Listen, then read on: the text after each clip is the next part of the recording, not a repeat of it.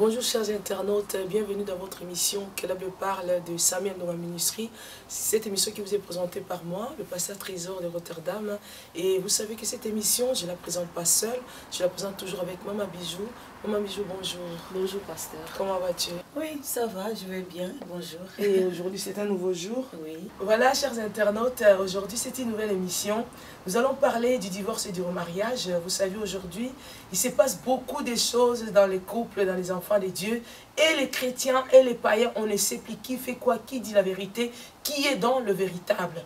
Alors aujourd'hui, nous avons reçu l'homme de Dieu, le pasteur Jarry, qui n'est plus à présenter.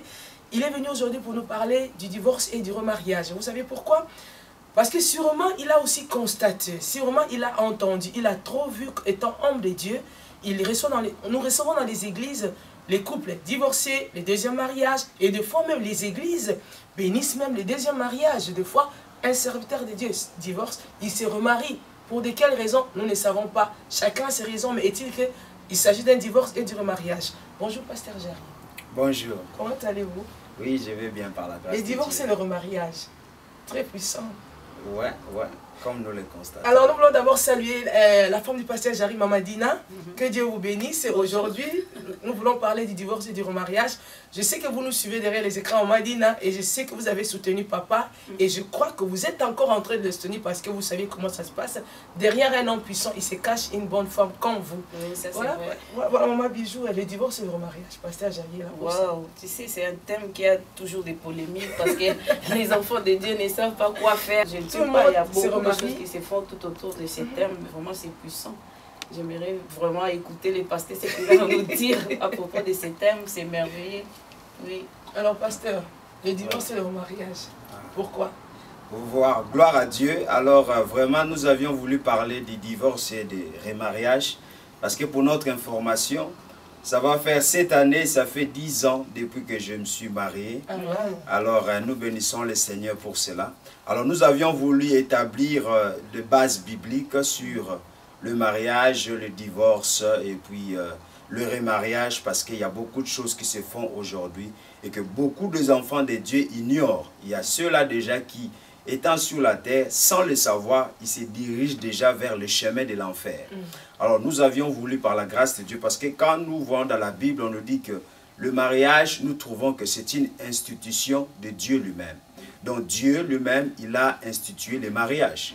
Quand nous lisons par exemple Hébreux 13, 4, la Bible dit que le mariage soit honoré de tous et les lits conjugales exempts de souillure, car Dieu va juger les impudiques et les adultères. Donc nous trouvons que le mariage, c'est une fondation de Dieu lui-même. Le mariage n'est pas une fondation humaine, mais c'est la fondation de Dieu lui-même où il veut unir l'homme et la femme par les liens de l'amour. Donc nous trouvons que nous, en tant qu'enfants de Dieu, nous devons défendre l'institution de Dieu. Parce que je vais nous dire quelque chose. L'institution a toujours été plus forte et plus importante que même les personnes qui font partie de ces institutions.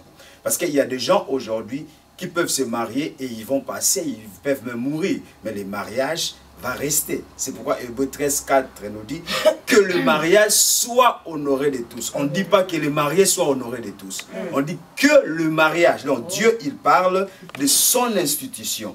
L'homme peut faillir, l'homme peut passer, mais nous allons suivre l'institution de Dieu. Alors je nous invite par la grâce de Dieu, nous allons lire un passage de la Bible qui est dans Matthieu 5. Nous allons lire le verset 32 seulement. Matthieu 5, 32. Mais moi, je vous dis, donc c'est Jésus qui parle. Mais moi, je vous dis que celui qui répudie sa femme, ou bien celui qui divorce de sa femme, sauf pour cause d'infidélité, l'expose à devenir adultère, et que celui qui épouse une femme répudiée commet un adultère. Alors, qu'est-ce que nous trouvons ici? Nous trouvons que le mariage, selon le livre de Malachie 2, verset 16, Dieu, il est le divorce. Le divorce n'est pas de Dieu. Parce que le Dieu que nous servons, c'est le Dieu qui vient pour unir les hommes. Alors, ici, nous trouvons que Jésus-Christ, il nous a fait montre de seulement la seule raison, ou bien, je peux dire la permission, qui est donné aux chrétiens de pouvoir divorcer et aussi de se remarier, c'est seulement lorsqu'il y a cas d'infidélité. Ou bien soit lorsque le partenaire commet l'adultère. Alors, celui-là qu'on a offensé, il a droit de divorcer. Mais laisse-moi nous dire, quand nous lisons dans Matthieu 19, où Jésus il parle au sujet du mariage, il parle de divorce et puis de remariage, il a même dit que au commencement, les choses n'étaient pas ainsi. Donc, même si Jésus il a permis que les gens divorcent lorsqu'il y a infidélité et qu'ils se remarient, il nous dit, au commencement, cela n'était pas ainsi. Qu'est-ce qui était au commencement? Au commencement, Dieu avait créé un homme et une femme, que nous voyons Adam et Ève. Et laisse-moi nous dire, au commencement, les péchés n'étaient pas encore enregistrés dans Adam et Ève. Donc, ils vivaient dans un amour qui est parfait. À cause du péché, Jésus a dit, à cause de la dureté de votre cœur, que Moïse même vous a prescrit d'écrire une lettre de divorce. Ça dit quoi? Lorsque un des partenaires, il commet l'adultère, selon l'enseignement de Jésus-Christ, il nous montre que on peut faire quand même, on peut pardonner, parce qu'aujourd'hui, nous ne devons pas oublier qu'un enfant de Dieu est appelé à pardonner. Jésus dit dans Matthieu 6, il dit, priez ainsi, Père, pardonne-nous nos offenses, comme nous nous pardonnons à ceux qui nous ont offensés. Donc nous voyons que nous aussi, nous péchons, nous branchons d'une manière et d'une autre. Et Dieu, il nous pardonne. Alors si Dieu, il peut nous pardonner, alors pourquoi nous pas aussi pardonner les partenaires qui a commis l'adultère? Si et seulement si vraiment ces partenaires veulent se repentir et retourner ensemble avec son partenaire. Donc pour dire qu'aujourd'hui, il y a beaucoup d'abus qui se font. Que nous trouvons aujourd'hui, il y a des gens qui divorcent parce que les maris les tracassent, parce que la femme ne s'est pas bien préparée, parce qu'il y a des conflits d'argent, parce qu'il y a des conflits de problèmes de beauté, les conflits de problèmes de foi. Mais nous trouvons, bibliquement parlant, selon Jésus-Christ, nous avons lu qu'on ne peut divorcer et se remarier que en cas d'infidélité. Voilà. Gloire à Dieu.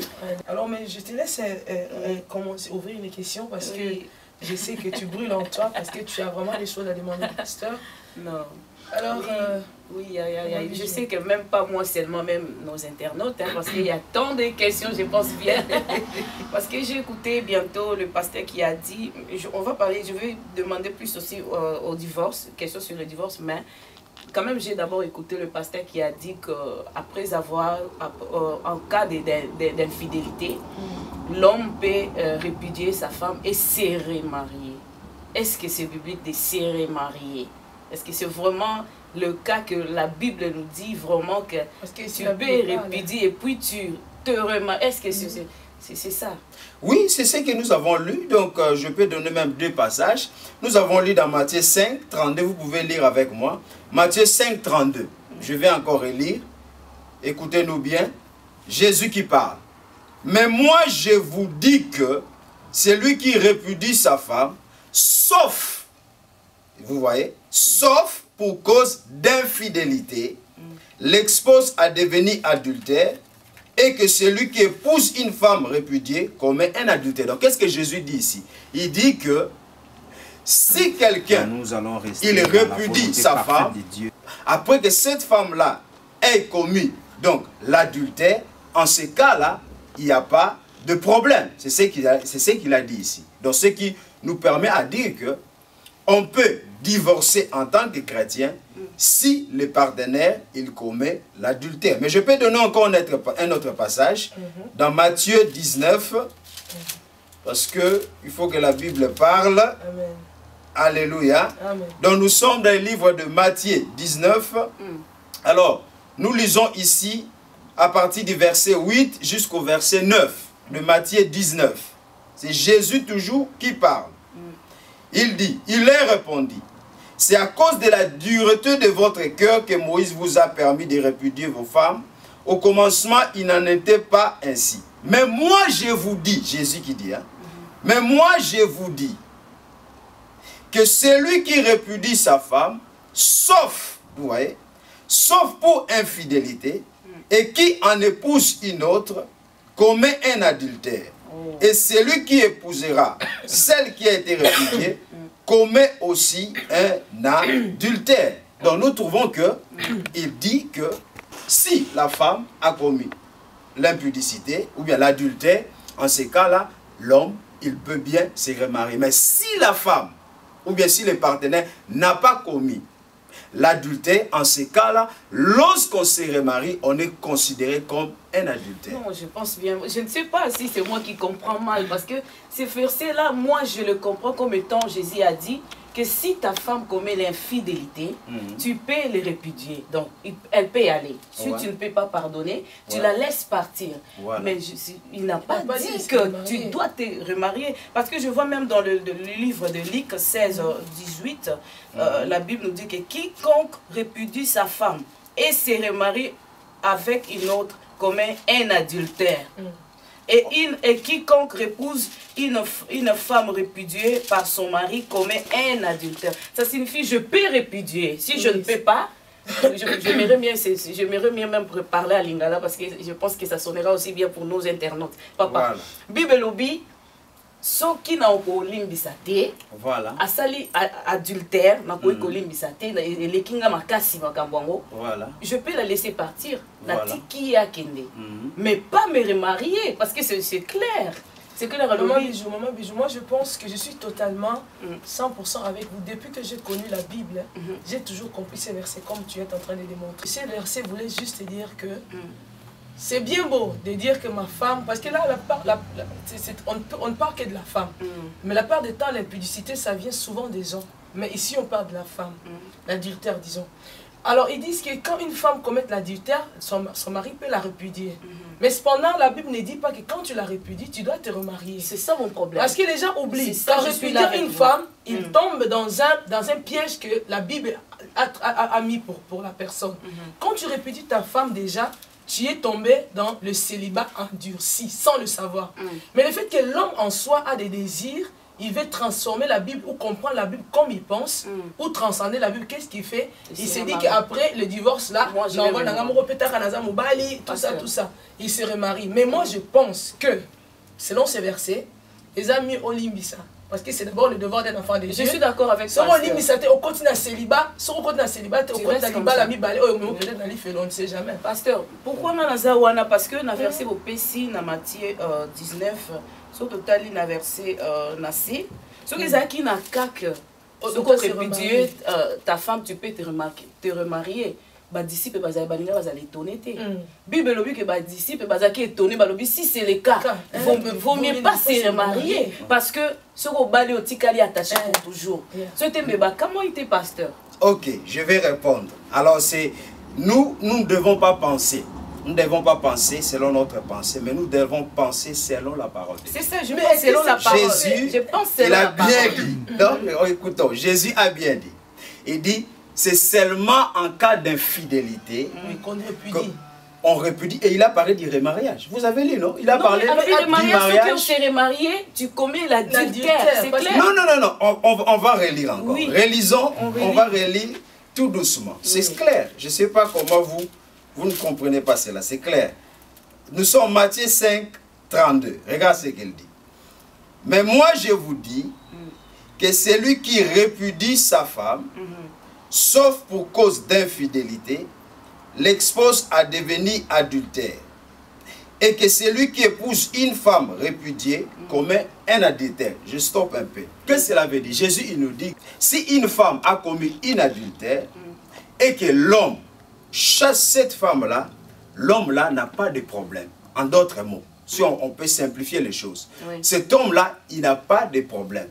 Et même si cet homme-là, il se remarie, il n'a pas de problème. Non, là, vraiment, je ne suis pas d'accord. Parce que c'est pas. Mais c'est clair ce qu'il dit. C'est pas ce que la Bible dit. C'est pas ça qui dit que l'homme peut laisser la femme partir. Mais il n'a pas ajouté qu'il doit se remarier. Parce que même, on peut lire aussi dans le Matthieu 19, le verset. C'était quand?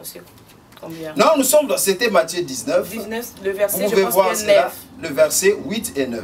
Parce que vous savez, ici, il y a l'antithèse dans ce texte. Donc, Jésus est en train de nous dire, il nous parle de pour et de contre. Donc, ça dit quoi?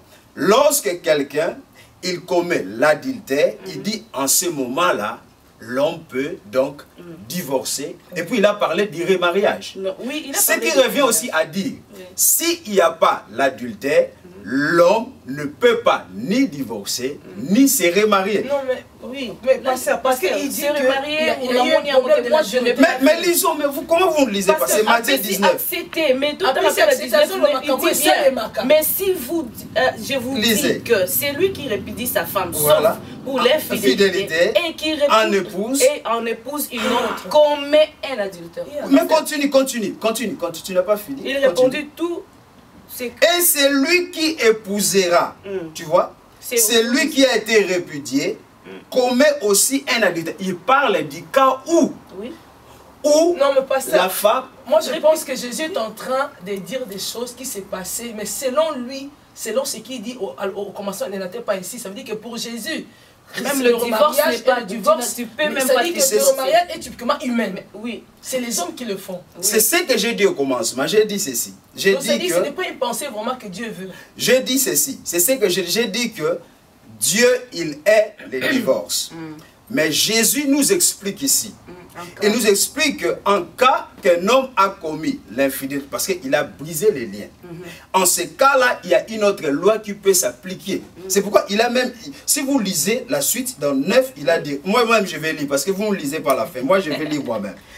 Nous allons lire, que la Bible elle-même parle, il dit, mais je vous dis que celui qui répudie sa femme, sauf pour infidélité, et qui en épouse une autre, commet un adultère. Vous voyez? Et il continue, c'est pas fini. Non, c'est pas fini. Non. Et c'est lui qui épousera celle qui a été répudiée, commet aussi un adultère. Bon, je vais lire ces versets autrement pour vous faciliter la tâche. Non, parce que on lit comme il est. Non, parce que quand Jésus il dit ici, sauf pour infidélité, c'est là je trouve que ça... Ça, c'est par rapport au divorce. Là, je suis d'accord avec vous. En cas d'adultère, par rapport au divorce, non, Jésus ici, il parle de divorce et du remariage. Mais le remariage, il a dit, si tu te remaries, tu commets l'adultère, c'est clair. Non, il dit, en cas que, s'il n'y a pas infidélité. Aussi. Non, lisez. Non.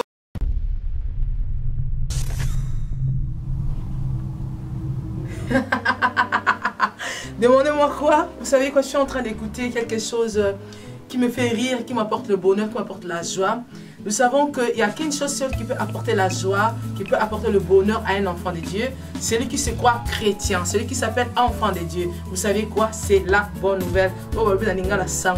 Et cette nouvelle, c'est la bonne nouvelle de Christ, de notre frère Barbosa Valérie de la Belgique. Il est venu aujourd'hui, il est passé sur nos plateaux, il est passé dans notre site, enfin, de faire la pub. Parce qu'il sait que notre site est visité par vous, notre site est aimé par vous, et il savait que son CD sera aussi aimé par vous. Mais il est venu avec quoi? Demandez-moi. Il est venu avec un maxi single. Il est en train de faire un maxi single de 4 titres. La Biblia, na mokanda na Yohane 17, verset 17. La parole de Dieu est la vérité. Soyez prêts, soyez sur vos pas. À vos marques, bientôt, ça va partir avec le signe de 4 chansons. 4 seulement, pas beaucoup. Il va d'abord lancer 4. Avec les clips, enfin, que vous et moi, nous puissions savourer, déguster ce que le Seigneur a mis en lui. De notre frère Barbosa, très très bientôt dans vos bacs. Ne manquez pas. Ce qui aura crié à mon nom.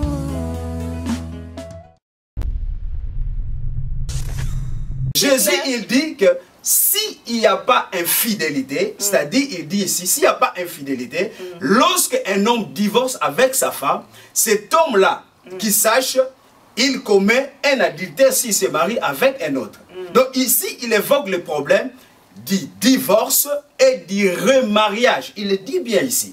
Divorce et remariage. Il dit que si tu divorces, parce que la femme a commis l'adultère, et tu te remaries, il a bien dit ici, il dit que ce n'est pas un problème. Non. Mais si toi, Bon, allons maintenant dans Deutéronome. Comme peut-être dans Deutéronome, nous allons comprendre mieux. Non, moi j'aimerais mieux non, allons dans Deutéronome. Mais parce que c'est clair. Il y a même le parole de Jésus lui-même. Mais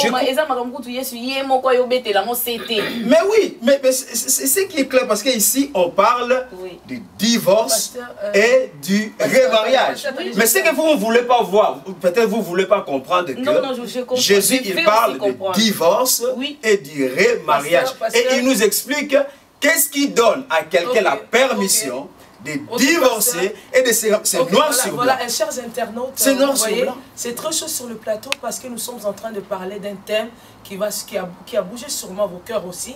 Parce que c'est un thème qui est très capital au jour d'aujourd'hui. Même vous, quand vous allez sur ces émissions, vous aurez des opinions. Vous serez soit du côté du pasteur ou du côté de nous qui comprenions que Jésus disait aux gens de se remarier, de ne pas se remarier. Mais c'est là qui se remarient parce qu'il a répudié sa femme sans divorce, il commettait encore plus de péchés. C'est-à-dire quoi? Pour nous, nous comprenions ceci, que Jésus disait aux gens qu'il n'est pas bon de divorcer, ok?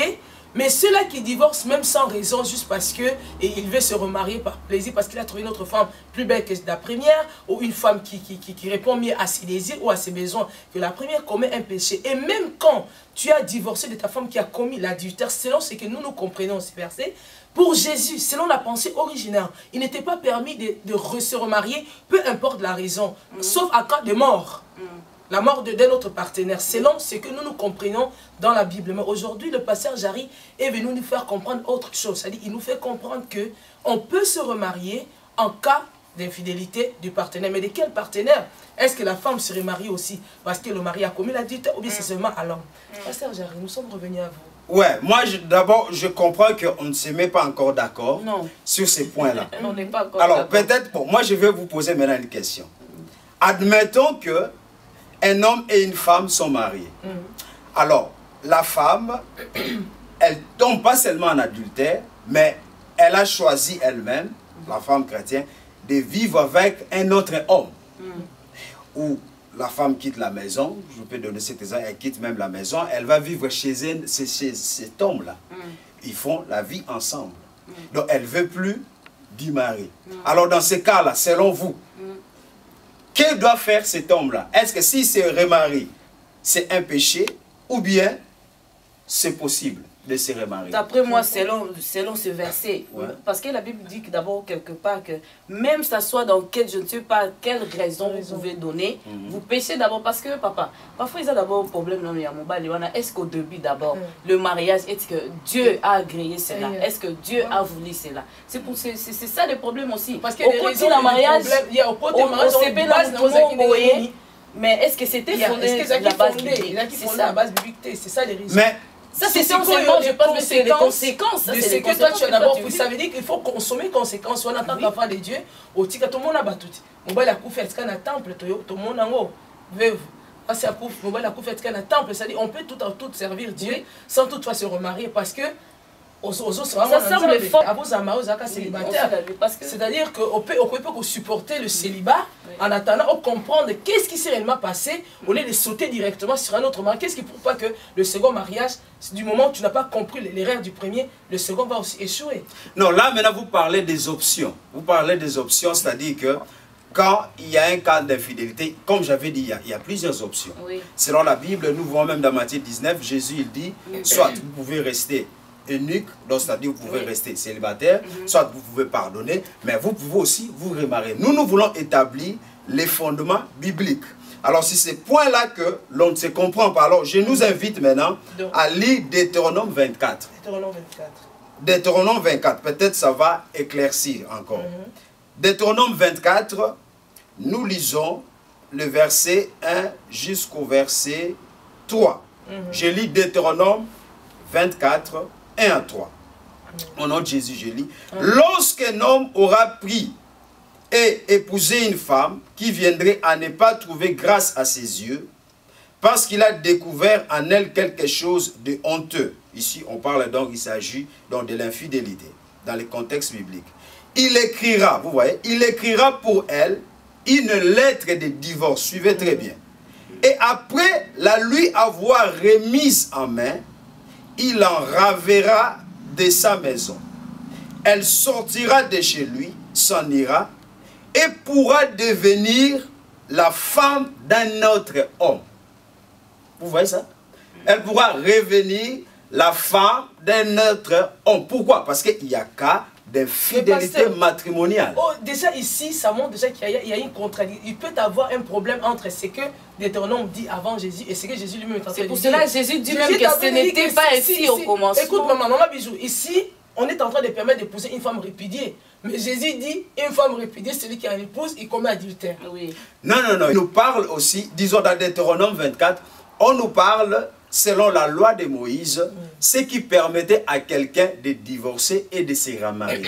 Pourquoi on a dit ici? Parce que si la femme, par exemple, c'est ce qui se dit ici, la femme a commis l'adultère, ce qui peut permettre à cette femme-là, plus tard de se remarier, il faut d'abord l'homme, disons l'offensé, l'homme doit d'abord accepter, ok, je ne vais pas pardonner, je vais répudier cette femme. Il doit écrire une lettre. Par cette lettre-là, donc, ça donne maintenant le droit légal là que cette femme-là, elle est maintenant détachée de l'homme. Donc, la femme-là, en ce moment-là, elle peut aussi plus tard s'y remarier. Pourquoi? Parce que au préalable, l'homme a dit, je ne veux plus d'elle. Mais admettons que un homme, une femme commet l'adultère et que l'homme dit, bon, moi je préfère quand même te pardonner, qu'on reste ensemble. Mais si cette femme-là, elle sort, elle épouse une autre personne, en ces cas-là, c'est une femme adultère, selon ce contexte. Donc, pour dire qu'ici, on nous présente que ça dépend de l'offensé, ça dépend de l'homme à qui la femme a trompé. Si cet homme-là trouve que, bon, je lui pardonne quand même, nous pouvons rester ensemble, en ces cas-là, la femme est obligée de retourner. Mais si l'homme ne veut pas, il nous est dit ici, ok, qu'il écrive maintenant une lettre qui est maintenant un document légal que voilà, cette femme-là n'est plus liée à cet homme-là. Dans ce cas ici, le remariage est possible. Et Jésus, quand il vient dans Matthieu 19, il parle aussi, parce que quand vous lisez le contexte du texte, c'était les pharisiens. La Bible dit même, les pharisiens sont venus vers Jésus pour lui tendre un piège. Et quand ils ont tendu un piège, Jésus les a répondu selon la loi de Moïse. Vous voyez? Donc, ce que Jésus a fait, il a récité en fait Deutéronome 24. Mais après, il va dire, au commencement, il n'était pas ainsi. Qu'est-ce qu'il a voulu nous dire? Il a voulu nous dire que, avant que l'homme ne tombe dans le péché, l'homme vivait dans un amour qui était parfait, dans un modèle parfait du mariage. Mais parce que le péché a été enregistré, il dit, à cause de la dureté de votre cœur, que Moïse vous a prescrit cela. Mais moi, je vous dis, c'est Jésus qui dit. Il a commencé d'abord à citer ce qui est écrit dans Moïse. Et puis, il a dit, mais moi, je vous dis. Là, c'est le plus Moïse. Vous voyez, il parle de deux choses. Il dit, Moïse avait aussi permis, il dit, mais moi, je vous dis que celui qui va répudier une femme, sauf en cas d'infidélité, et qui encore répouse une autre, en ce cas-là, cet homme-là, il est coupable. Mais si l'infidélité est marquée dans cette affaire, l'homme, il est délié. Si l'homme ne veut pas pardonner, il est délié dans cette relation. Pasteur, alors, que pensez-vous, disons ça d'une autre manière, le contraire, d'une femme que l'homme a trompée? C'est la même chose, la Bible est claire. On parle de l'infidélité matrimoniale. Que ce soit la femme, que ce soit l'homme. En christianisme. Mais pourquoi constatons-nous aujourd'hui que les femmes pardonnent plus l'adultère que les maris? Non, moi je connais aussi des hommes qui pardonnent. Je connais des hommes qui ont pardonné. J'en connais même plusieurs exemples. C'est des cas vraiment rares. Vous savez pourquoi vous dites que les cas rares? Parce que, je vais vous dire quelque chose. La femme a été créée pour la gloire de l'homme. Mais l'homme a été créé pour la gloire de Dieu. C'est-à-dire quoi? Les histoires qui se rencontrent plus vite se rencontrent par rapport lorsque un homme a trompé une femme. Mais pour un homme, pour tout homme, ici sur cette terre des hommes, lorsque ta femme t'a trompé, c'est une honte totale. Parce que la femme représente la gloire d'un homme. Mais pareil à la femme. Si mon homme va me tromper, ça me fait aussi. Non, moi ici, je parle par rapport à ce que vous dites que vous entendez beaucoup plus des exemples. Donc, il y a des choses aussi qui se passent. Il y a des femmes aussi qui tombe dans l'infidélité, mais l'homme, pour son honneur, il fait tout. Moi, je connais, il y a même des serviteurs de Dieu, ils font tout pour cacher que le monde extérieur ne sache pas ce qui s'est passé. Moi, j'aimerais bien poser la question. Mais tout, c'est pareil. Pasteur, je pensais que moi, je voulais même demander la question, poser la question que le pasteur a posée autrement. Parce que le pasteur a lobby que Batbo s'entendre. Je pense bien qu'ils ont des Batoukou, s'entendre que si l'homme est infidèle, la femme pardonne. Mais comme si doit pardonner, voilà, doit pardonner. Tandis que si la femme, l'homme, si quant à l'homme, c'est à lui de décider. Ça semble être cela. Non, mais ça, tu as bien dit les hommes. Quand c'est déjà les hommes, ce n'est pas la pensée de Dieu. Pour la pensée de Dieu est que ce soit la femme, que ce soit l'homme, nous tous nous sommes appelés des enfants de Dieu, nous devons pardonner. Il dit dans Matthieu 6, il dit pardonnez vos offenses, les autres comme Dieu aussi vous pardonne, que ce soit l'homme, que ce soit la femme. Chez Dieu, c'est autrement. Mais selon peut-être le standard de ce monde, les gens peuvent dire, c'est comme vous avez dit là, mais Dieu, il trouve que ce soit la femme, que ce soit l'homme, la première démarche, c'est de chercher d'abord à pardonner. Comme j'avais dit, donc quand il y a infidélité, il y a des options. Il n'y a pas seulement se remarier, ce n'est pas ce que j'ai dit. Donc il y a plusieurs options, 3 options nous voyons. Quand il y a divorce, il y a 3 options que nous pouvons citer. Première option, c'est de pardonner et de retourner ensemble. Deuxième option, selon Matthieu 19, vous pouvez rester aussi célibataire, servir le Seigneur, toute votre vie vous consacrer à Dieu. Troisième option, si vous ne pouvez pas supporter cela parce qu'il y avait cas d'infidélité, vous pouvez alors vous remarier selon le contexte de Matthieu 19. Donc moi je pense bien, pasteur, que pour le cas des remariements, des remariages, c'est ça, hein? Le remariage, je pense bien que les internautes peuvent nous envoyer les questions pour qu'on continue encore, parce que jusque là on n'est pas même en ligne. En fait, chers internautes, écrivez-nous, envoyez vos questions, vos suggestions, parce que jusque là, moi j'ai une opinion, elle a une opinion, pasteur il reste en opinion qui est le fondement biblique. Mais nous sommes des humains, nous vivons ces choses dans la société et nous savons comment ça se passe. Nous vous laissons aussi une page ouverte de pouvoir nous écrire, reposer vos questions, poser vos questions et le pasteur reviendra. Je sais que c'est un thème que vous voulez qu'on discute encore. Comme le temps nous est imparti, nous courons derrière la montre. Nous allons poser quelques questions au pasteur et il va nous répondre. Et prenez vos stylos, écrivez et peut-être ce sera un de vos secrets, une clé pour la réussite de votre futur mariage ou de votre mariage. Pasteur, alors vous avez un secret à donner aux couples, par exemple, qui sont en train de passer des moments difficiles, où les vagues sont venues secouer leur barque. Mais ils ne voulaient pas chavirer, ils ne veulent pas du tout. Qu'est-ce qu'ils peuvent faire? Ils ne veulent pas divorcer, ils ne veulent pas. Ou peut-être un des partenaires vraiment ne souhaiterait pas divorcer. Qu'est-ce qu'ils peuvent faire pour ramener l'autre à la raison?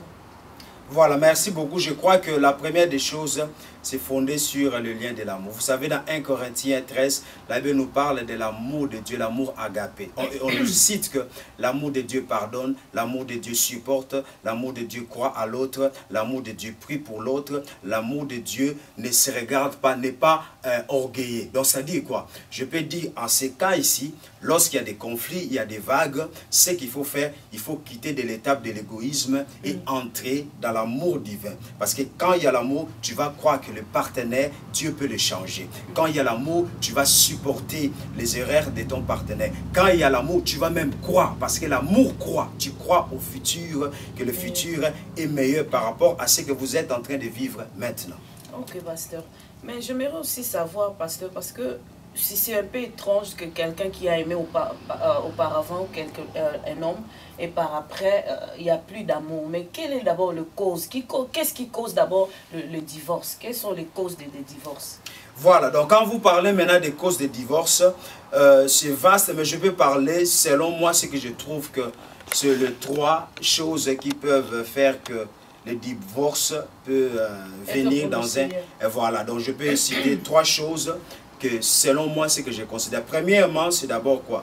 Il faut que les 2 partenaires marchent dans la crainte de Dieu avant et après les mariages. Je vais nous signaler quelque chose ici. Il y a des gens qui, même avant les mariages, se sont déjà connus. Donc, c'est-à-dire, ils sont déjà connus l'un ou l'autre, corporellement. Quand vous faites cela, qu'est-ce que vous faites là? Vous engendrez déjà une certaine semence d'infidélité. Qu'est-ce que cela veut dire? C'est-à-dire quoi? L'homme ne sera pas trop sûr de la femme. Et l'homme peut dire par exemple que si cette femme-là était sortie avec moi, avant même que nous puissions entrer dans les bains du mariage, c'est-à-dire qu'aujourd'hui, il peut aussi me tromper. Donc, vous allez s'aimer en quelque sorte une certaine sémence d'infidélité, de mal de confiance, vous-même dans votre foyer. Deuxième cause, qui peut être aussi pour le divorce, est que le manque d'une bonne communion et de partage. Parce que vous savez que Dieu a créé le mariage pour la communion et le partage de l'homme. Lorsqu'il y a communion, ils vont prier ensemble. Lorsqu'il y a communion, ils vont se partager des idées. Lorsqu'il y a communion, ils vont se comprendre. Lorsqu'il y a communion, il y aura même ce que nous appelons la franchise et il y aura aussi la transparence. Donc la communion et le partage va faire qu'on puisse éviter aussi donc des divorces. Quand nous parlons de communion, ça dit quoi? L'homme et la femme, ils doivent aussi développer une certaine relation intime, amicale dans leur couple.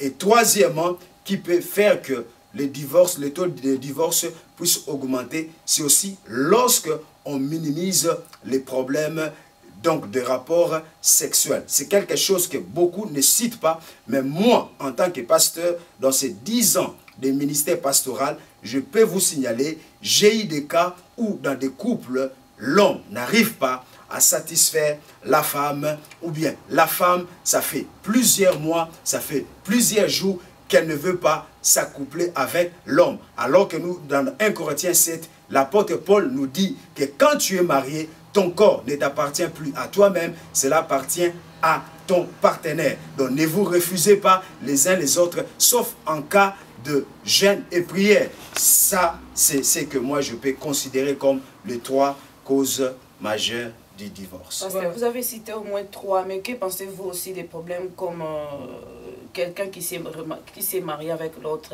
lorsqu'ils étaient très jeunes? Est-ce que ça ne peut pas les causer aussi dans le futur le problème des divorces et aussi les problèmes financiers? Parce que s'il y a des problèmes d'argent qui entrent dans les familles et ça détruit le mariage.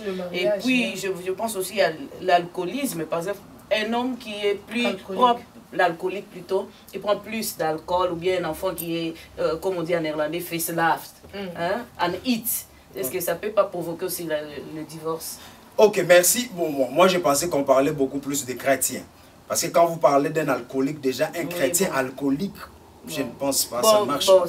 Là, maintenant, tu vas dans un autre réseau de mariage, maintenant, de non-païens. J'ai donné comme exemple, mais c'est plus quelqu'un qui est, qu'est-ce qu'on dit en français? Facelaft. Il est esclave. Je ne sais pas, même pas d'alcool, mais d'autres choses. On peut être esclave du sexe, par exemple, dans le mariage. Quand est-ce que le sexe dans le mariage devient un péché?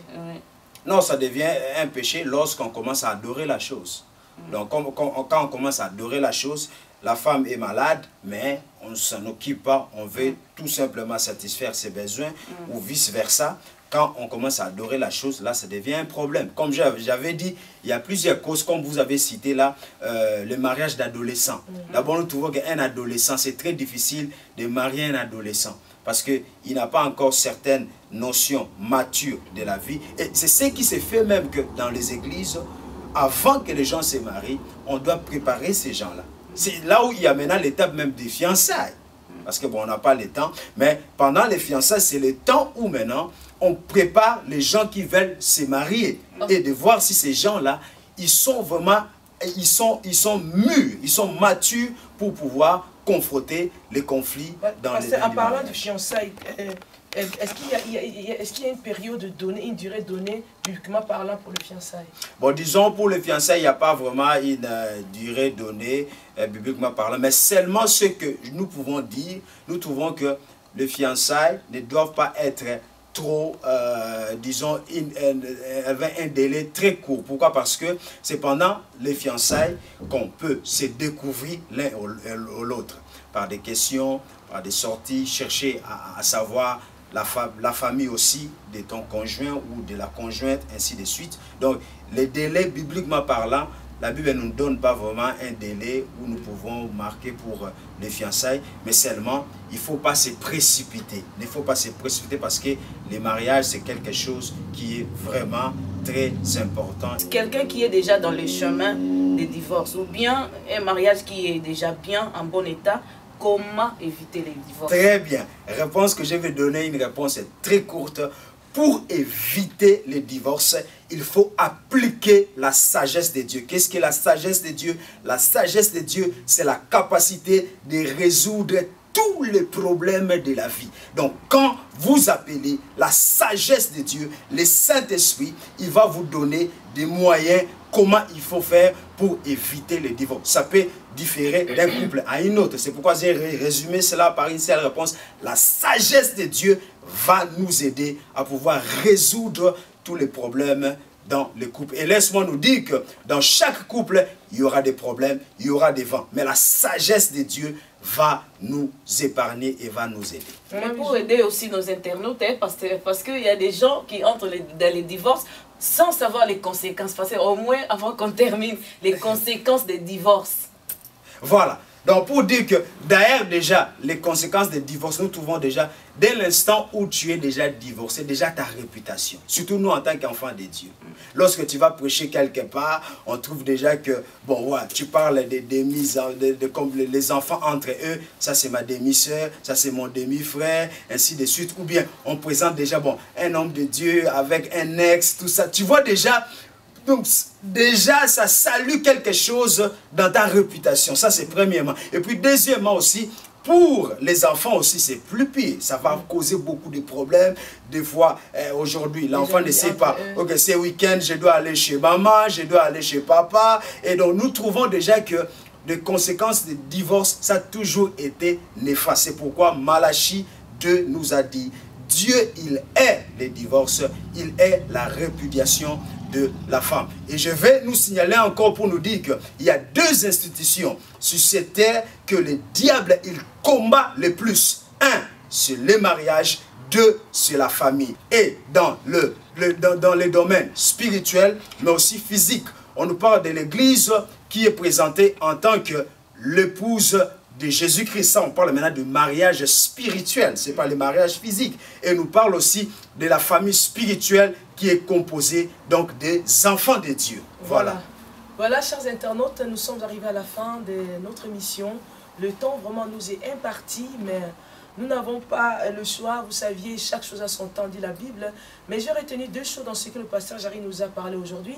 Il est venu nous parler du divorce et du remariage que nous avons vraiment développé ici durant tout ce temps de repasser ensemble avec des questions et des contre-attaques, des thèses et les antithèses. Ça n'a pas été vraiment facile, mais sinon nous sommes arrivés au point parce que ici, c'est la Bible qui parle. Nous ne donnons pas les pensées humaines, mais nous donnons la pensée des dieux. Le pasteur Jarry a dit que la Bible dit que le mariage soit honoré de tous. Non le mari et la mariée, mais le mariage, c'est-à-dire que l'institution des dieux qui doit être honorée. On n'honore pas le mari, on n'honore pas la femme, mais on honore le mariage. Donc même lorsque nous allons dans les fêtes des mariages, nous n'allons pas pour honorer les mariés, mais nous allons pour honorer l'institution des dieux qui a été accomplie. Et il a dit à la fin ici que Dieu est le divorce.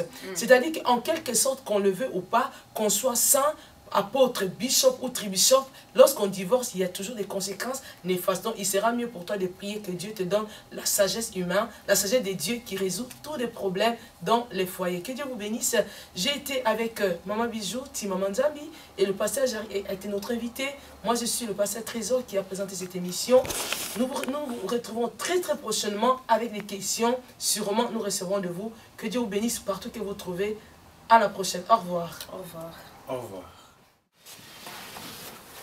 SamuelDoraMinistry.com. Suivez-nous live, nos émissions, chaque jour, avec vous, sur Facebook, des prédicateurs, Divine Connexion. C'est pour vous. À bientôt. Bye. Au revoir.